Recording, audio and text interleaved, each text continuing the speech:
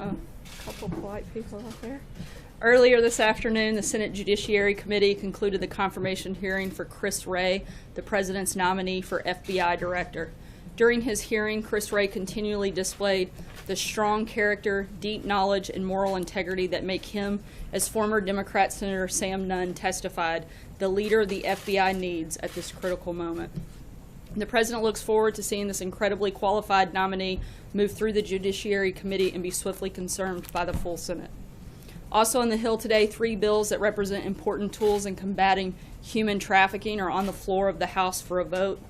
H.R. 2200, which reauthorizes $130 million in funding for the prevention of human trafficking, protection of victims, and prosecution of traffickers. H.R. 2664, which ensures the Department of Labor effectively trains its employees to recognize and respond to the illegal trade of people for exploitation or commercial gain. And lastly, H.R. 2480, which expands the ability of a DOJ program to enable law enforcement agencies to compete for federal funding, specifically to develop and carry out programs that fight sex trafficking demand. President Trump is focused on ending human trafficking and hopes that these bills will pass the House and move to the Senate quickly so we can continue the fight against this horrific practice. While the House takes up these critical bills on human trafficking today, the Senate is continuing its work on a plan to repeal and replace Obamacare. As I've said time and time again, with every day that goes by with this collapsing law still in place, more hardworking Americans see their health care options either disappear entirely or become too costly for their families to use. The President was elected to protect those American families, and he looks forward to seeing the Senate continue to move toward a solution that works for all Americans during the upcoming weeks. Also, on the Hill, the President was glad to see David Nye confirmed as a U.S. District Judge in Idaho by a vote of 100-0. It's unfortunate, though, that this clearly eminently qualified nominee, who was reported out of committee by voice vote, faced more than 30 procedural hurdles forced by Senate Democrats before his unanimous vote. Senate Democrats continue to show the American people that they'd rather play political games with these critical nominations than work with this administration. As the majority leader said, if they continue at this rate, it will take the Senate almost 11.5 years to confirm the remaining presidential appointments. We're again calling on Senate Democrats to stop brazenly abusing Senate procedure to hold up the President's experienced and accomplished nominees so that he can continue his work on behalf of the American people. We've received several inquiries on what the President's been on his agenda for the past couple of days, so I'd like to read some of that out before I take your questions. He's had multiple meetings with key economic advisors, particularly on issues of trade, such as Ambassador Lighthizer, Treasury Secretary Mnuchin, Commerce Secretary Ross, NEC Director Gary Cohn, and Director of the Office of Trade and Manufacturing Policy Peter Navarro. He's had multiple meetings on cybersecurity with Homeland Security advisors and met separately with his national security team, and a number of meetings with members of his legislative affairs team and the Vice President specifically on health care. Lastly, he had a meeting with his Faith Advisory Board to discuss issues important to the faith community. As you all know, later tonight the President will depart for Paris, France, for meetings and celebrations with America's oldest ally. Tomorrow, the President will have lunch with American military commanders, after which he will join French President Macron for a tour of the French Military Museum. After a bilateral meeting with the President, the two leaders will hold a press conference, and in the evening, President Trump and the First Lady will dine with the President and his wife. On Friday, the President will attend France's annual Bastille Day celebration, the first president to do so since 1989. To commemorate the 100th anniversary of the United States' entry into World War I, the people of France have designated America this year's national guest of honor. Troops from the U.S. Army's 1st Infantry Division, the first unit to arrive on French soil in 1917, will march in the parade, and U.S. Air Force Thunderbirds will conduct a flyover with planes with the French Air Force. And after the parade, the President will return back to the United States. On the topic of previous inquiries, so I like to do my best to get back to you. Yesterday, I received a question from John Gizzi about whether we'd support changing Senate blue slip procedures for judicial nominees. And the White House is deferring to the Senate on this Senate procedure, and we have multiple highly qualified nominees waiting for Senate hearings and hope the Senate can start moving them along quickly. Finally, And lastly, we understand the Chinese hospital treating Nobel Peace Prize laureate and writer Liu Xiaobo has invited U.S., German, and medical experts to China for medical consultations. We remain concerned that both Mr. Liu and his family are unable to communicate with the outside world and that he is not free to seek the medical treatment of his choosing.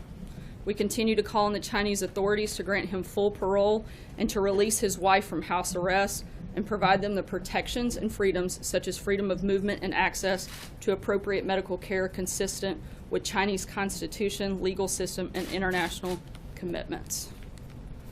And with that, I'll take your questions. Phil.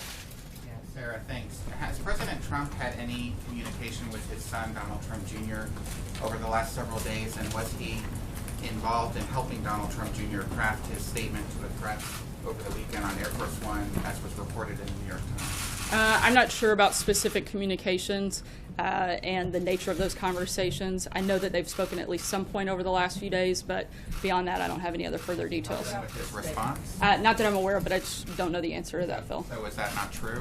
I'm telling you, I'm just not sure. I don't know the answer. I'll have to check and let you know. Yeah. Matthew. Thank you. You opened today by talking about the strong character and integrity of Christopher Wray. He said during the hearing today that he does not consider Mueller's probe to be a witch hunt.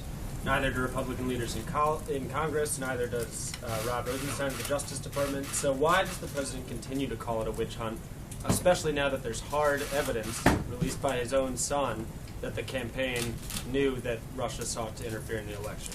I think the president's made extremely clear his position on that, and it certainly has not changed.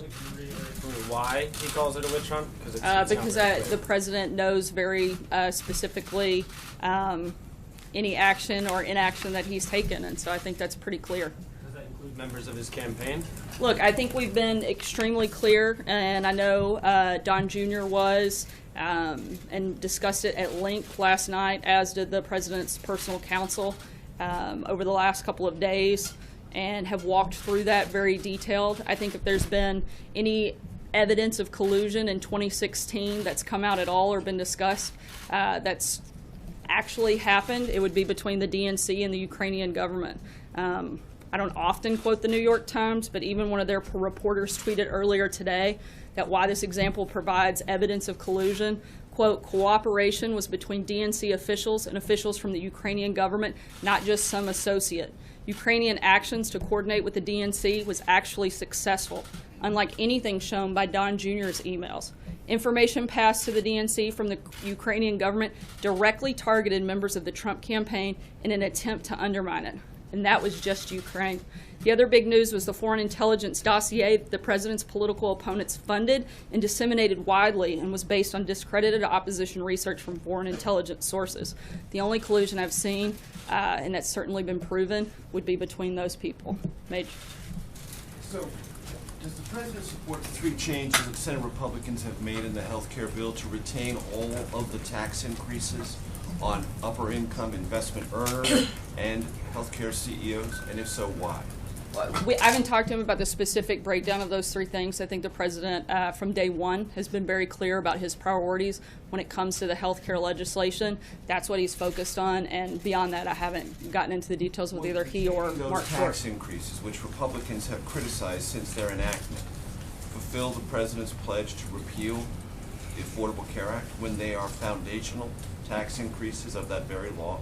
I'm not sure on that specific piece, but I do know, again, the president is committed to fully repealing and replacing Obamacare. Can you do that and keep those tax increases? I'd have to look at the specific piece you're talking about, and I haven't done that, Major. So let me just ask you one question on this issue of those within the administration who have had to subsequently admit or concede contacts with Russians. Mike Flynn, Jared Kushner, the Attorney General, and now Don Jr. Can you explain to us why there is this plague of amnesia that affects all these people associated with the campaign and one country only? Look, I think if you want to talk about having relationships with Russia, I'd look no further than the Clintons. Bill Clinton was paid $500,000 to give a speech to a Russian bank, personally thanked by President Putin. Hillary Clinton allowed 1/5 of America's uranium reserve to be sold to a Russian firm whose investors were Clinton Foundation donors. The Clinton campaign chairman's brother lobbied against sanctions on Russia's largest bank and failed to report it. I think if we're looking at Russia relations with anybody, it would be directly with the Clintons. My question was specifically about the need and the requirement to re-remember things that were not disclosed or forgotten. And I'm just trying to get your explanation as to why so many people can't remember contacts with one nation, and the inquiries lead them to then remember and then subsequently disclose them. What does account for this plague of amnesia? Every single day we do our very best to give you the most accurate information that we have, and we continue to do that every single day and have offered to be as transparent as possible with all committees and anyone looking into this matter. This doesn't suggest to you a pattern of not trying to be transparent.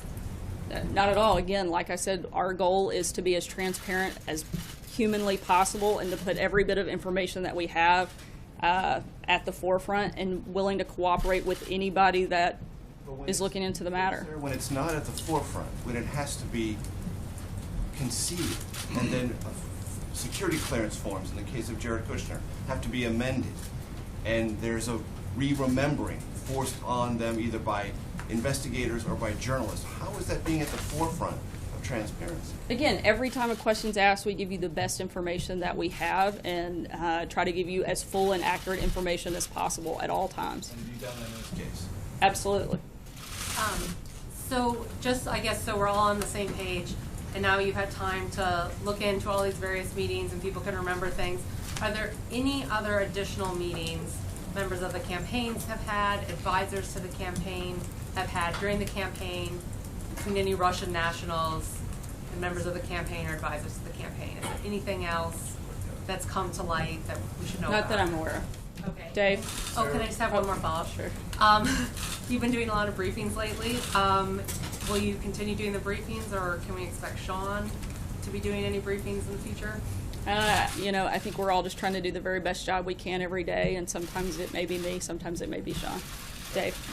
On the meeting with the Faith Advisory Board, someone tweeted out a picture of the meeting the other day, and the picture showed people, faith leaders, laying their hands on the president as they were praying.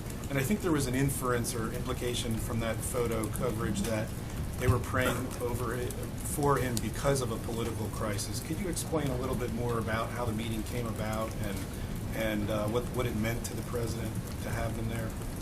The idea that somebody would only pray when they're in crisis, I think, makes you miss the entire point of what prayer is about. You should do that every day, and that's, I think you can do that in the best of times and the worst of times. So I think it would be ridiculous to suggest the only time you might do that is in a time of crisis. How did the meeting come about, and what did it mean It's to a the faith president? advisory board, and they meet from time to time to speak about issues that are important to that community.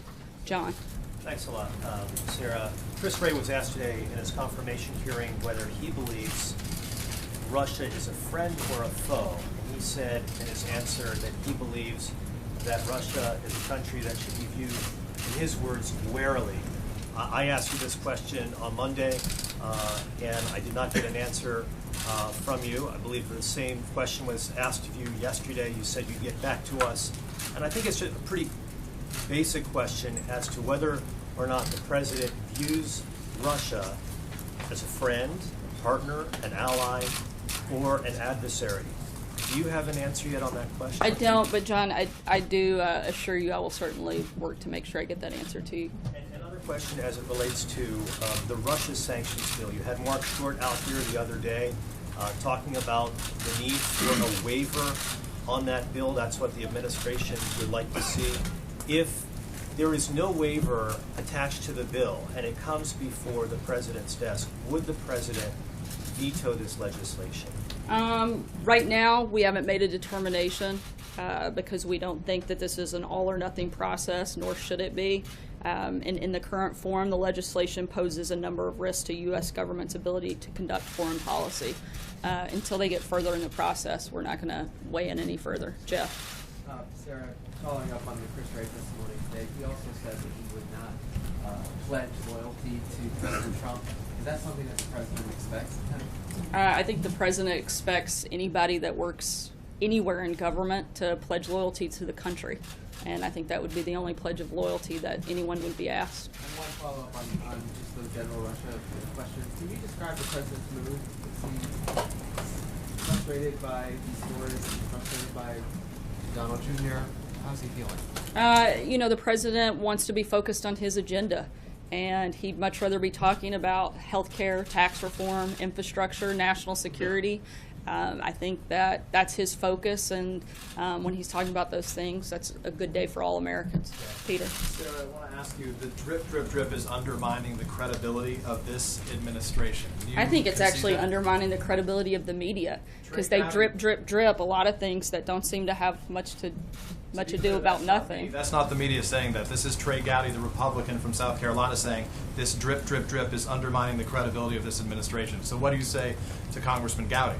I think I just answered that. So let me ask you, if I can, separately. You said, being asked about the witch hunt a little bit earlier, you said the president feels comfortable saying, as he's made clear, that it's a witch hunt because, in your words, he knows any action or inaction that is taken. But given the fact that Jay Sekulow and you have conceded that the president, or the outside counsel has conceded that the president was not aware of Donald Trump Jr., his own son's meeting with someone who was there under the guise of representing information from the Russian government, how can you say with certitude that the president does know any action that has taken place? I think Jay Sekulow discussed this at length and covered that nothing inappropriate had taken place. But would you concede the president does not know? There may be actions that took place that the president does not know about. Once again, I think the president's been very clear about his opinion on the matter. Jonathan? So, sir, just two things. One, on the issue of transparency.